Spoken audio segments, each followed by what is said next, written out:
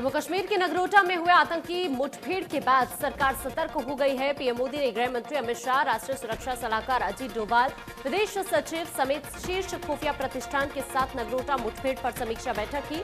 सरकार के सूत्रों ने इसकी जानकारी दी है।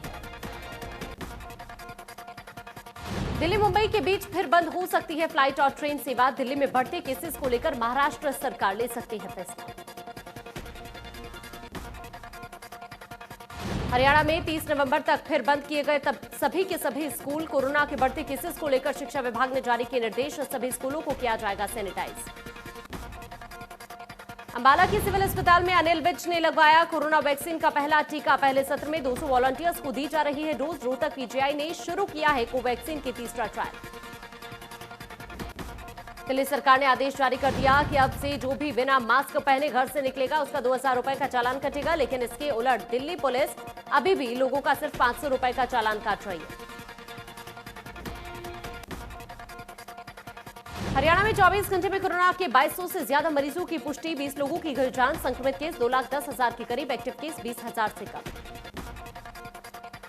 जींद दौरे पर पहुंचे डिप्टी सीएम दुष्यंत चौटाला। कहा नरवाना, दुर्जनपुर, शांतिनगर समेत जलाना क्षेत्र में सुनेंगे जन समस्याएं। पार्टी कार्यकर्ताओं को संगठन मजबूती का देंगे निर्देश। करनाल मंगलसेन ऑडिटोरियम में राज्य स्तरीय सहकारिता दिवस धूमधाम से मनाया गया। कार्यक्रम में सहकारिता मंत्री हरियाणा बनवारी लाल ने मुख्य अतिथि के रूप में शिरकत की। सहकारिता मंत्री बनवारी लाल ने कहा 2022 तक किसानों की आय दोगुनी करने का देश के प्रधानमंत्री ने लक्ष्य रखा है। पीएम मोदी के बेटी बचाओ बेटी पढ़ाओ अभियान को साकार रूप देने के लिए भारत सरकार द्वारा सुकन्या समृद्धि योजना कारगर सिद्ध हो रही है। आमजन को इस योजना का लाभ डाकघरों और बैंकों के माध्यम से दिया जा रहा है। इस योजना का लाभ ले चुके लोगों ने बताया कि यह सरकार की बहुत अच्छी योजना है।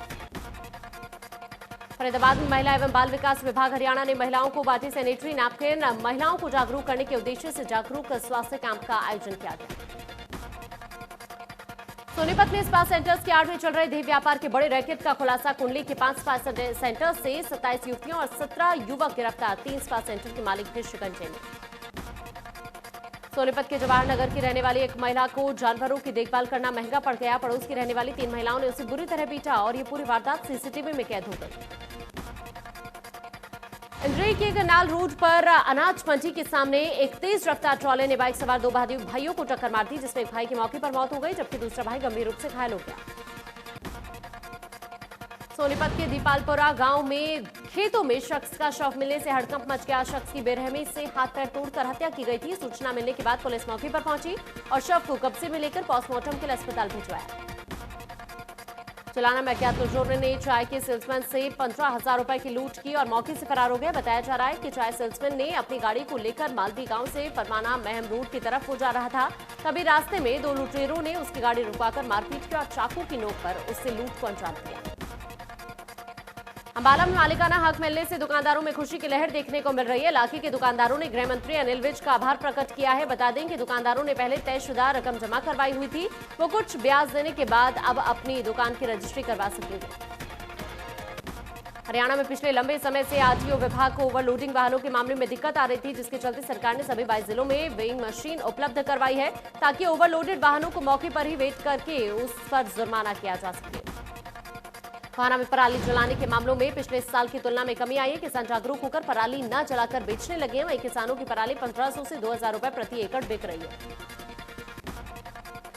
नूंह में मेवात विकास अभिकरण के चलाए जा रहे 8 मेवात मॉडल स्कूलों को जल्द ही शिक्षा विभाग में समायोजन उनका हो सकता है। मेवात विकास बोर्ड की बैठक में मुख्यमंत्री ने मामले को गंभीरता से लेते हुए निर्देश दिए। जिला उपायुक्त ने बताया कि मुख्यमंत्री ने न सिर्फ प्रपोजल बनाने के आदेश दिए बल्कि शिक्षा विभाग के समायोजन में जो पेचीदगियां आ रही हैं उन्हें ही जल्द दूर करने को भी कहा है।